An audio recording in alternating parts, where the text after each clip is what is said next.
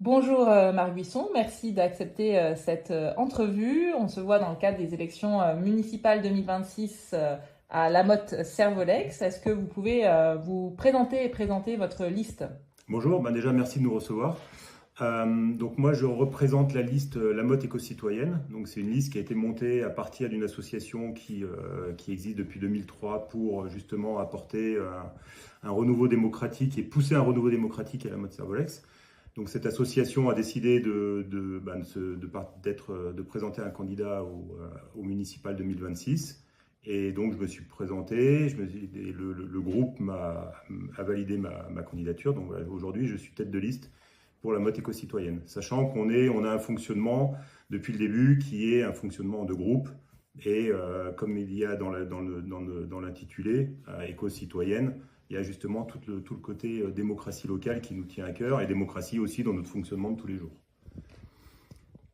Bonjour, je m'appelle Bruno Montel, je fais partie de l'équipe et de la liste La Motte-Servolex éco-citoyenne. J'ai été élu entre 2008 et 2014 dans l'opposition au conseil municipal de La Motte-Servolex lors du premier mandat de Luc Berthoud, donc il y a 18 ans déjà. Merci. Alors justement sur le plan de la démocratie locale, donc c'est un sujet qui revient dans vos communications pour prendre en compte la vie des citoyens tout au long du mandat et pas uniquement au moment de l'élection. Vous pouvez nous dire justement qu'est-ce que vous avez prévu potentiellement de mettre en place si vous êtes élu? Oui.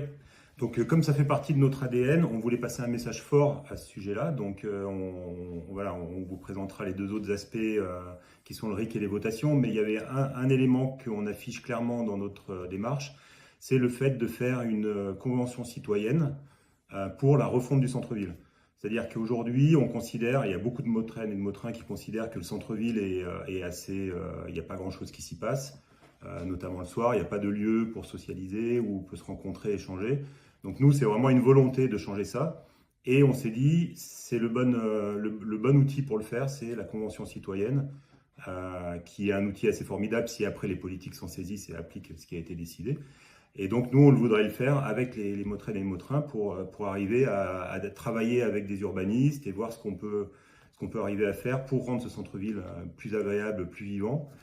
Et ensuite, soumettre la décision à une votation, éventuellement. Ça, on n'a pas encore exactement défini comment on le ferait, mais en tout cas, ce seront les citoyens qui définiront le projet qui sera mis en place pour repenser le centre-ville de la Motte. Donc ce serait par exemple avec un tirage au sort des personnes qui constitueraient ce groupe? Donc dans l'idée de la Convention citoyenne, c'est de faire plusieurs tirages au sort jusqu'à ce qu'on arrive à avoir une représentation qui est fidèle de la mixité de la commune, donc parité homme-femme évidemment, les tranches d'âge et aussi les positionnements sociaux dans la commune. Et une fois qu'on a ce groupe, on avait identifié une trentaine de personnes, je crois.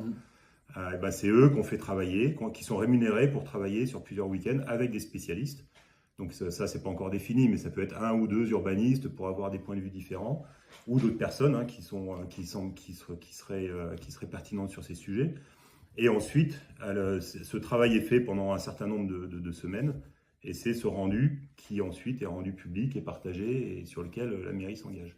Donc ça, c'est notre premier axe fort pour faire participer justement les citoyens à la vie et à la transformation de leur commune.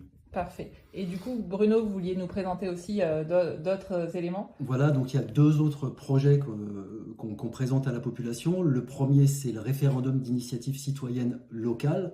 Donc le principe, c'est que s'il y a 10% de la population qui signe une pétition sur un sujet donné, ce sujet devient de fait, suite à un vœu du conseil municipal, devient de fait un sujet à l'ordre du jour et qui est tranché par référendum, donc un vrai référendum, c'est-à-dire avec une campagne, avec des gens qui peuvent s'exprimer, qui peuvent défendre un point de vue, puis l'autre, et une population qui tranche. Donc c'est vraiment l'outil, je veux dire, le plus en avance pour ce qui concerne la démocratie directe, puisque là, c'est absolument pas à l'initiative de la municipalité, c'est à l'initiative de citoyens en prise directe, quoi. Donc ça, c'est le premier projet. Et le second, c'est l'organisation de votations citoyennes. Donc ça consiste à dire, dès qu'il y a un projet qui est très structurant pour la commune, qui va l'engager sur plusieurs décennies, ce projet-là, il n'est pas uniquement adopté par 33 élus, mais il peut être soumis à une votation citoyenne, et le conseil municipal, bien sûr, s'engage à respecter le résultat de cette votation. Donc tous ces outils-là, c'est vraiment pour se remettre dans la tête que des élus, ce sont des représentants. Ils représentent le peuple, et si le peuple décide dans sa souveraineté d'appliquer un certain nombre de choses, de prendre des décisions, les élus, en tant que représentants, les mettre en œuvre. Donc c'est un peu sortir de cette idée que donnez-moi un mandat et après pendant 5 ans je fais ce que je veux, ce qui nous paraît être tout sauf démocratique. Est-ce que vous pouvez nous dire peut-être aujourd'hui à la Motte, est-ce qu'il existe des dispositifs de ce type, ou c'est justement aussi un peu l'objet de votre liste d'amener ça?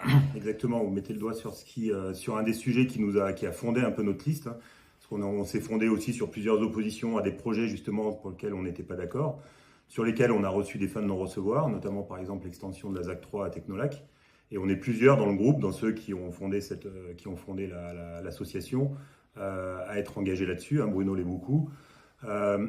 Et du coup, on n'était pas satisfait de la réponse qu'on a obtenue. On a vraiment eu le sentiment qu'il y avait 6 années qui se passaient sans que les citoyens soient consultés.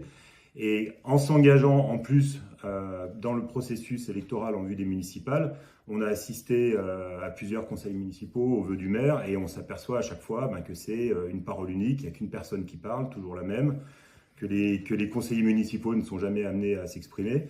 Donc ça, au-delà, il y a le positionnement vis-à-vis des citoyens, mais il y a aussi le positionnement à l'intérieur du fonctionnement du conseil municipal, où justement on veut avoir un fonctionnement beaucoup plus réparti, notamment sur tous les mandats qui peuvent tourner autour de la fonction de maire, hein, notamment les mandats sur Grand Chambéry, les mandats sur l'OPAC par exemple, sur Chambéry Grand Lac Économie, où aujourd'hui c'est le maire de la Motte-Servolex qui est président ou vice-président de toutes ces instances.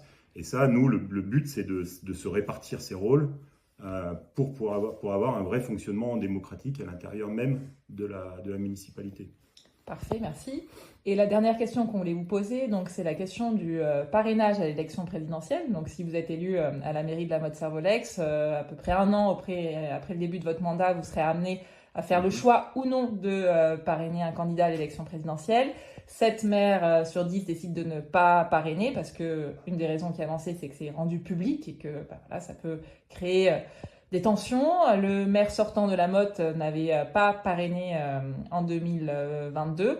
Est-ce que c'est un sujet que vous avez déjà abordé au sein de votre liste, sur lequel vous avez déjà un positionnement? Est-ce que potentiellement vous seriez ouvert à parrainer un candidat qui serait par exemple sans couleur politique et qui aimerait mettre en place des choses du type de ce que vous proposez à l'échelon local au niveau national? Oui, du moins alors comme c'est une responsabilité personnelle du maire élu, moi je trouve que ça va un peu à l'encontre de notre façon de fonctionner. Moi je ne me vois pas, si on était élu, prendre une décision tout seul là-dessus. Donc ce serait évidemment en concertation avec le conseil municipal.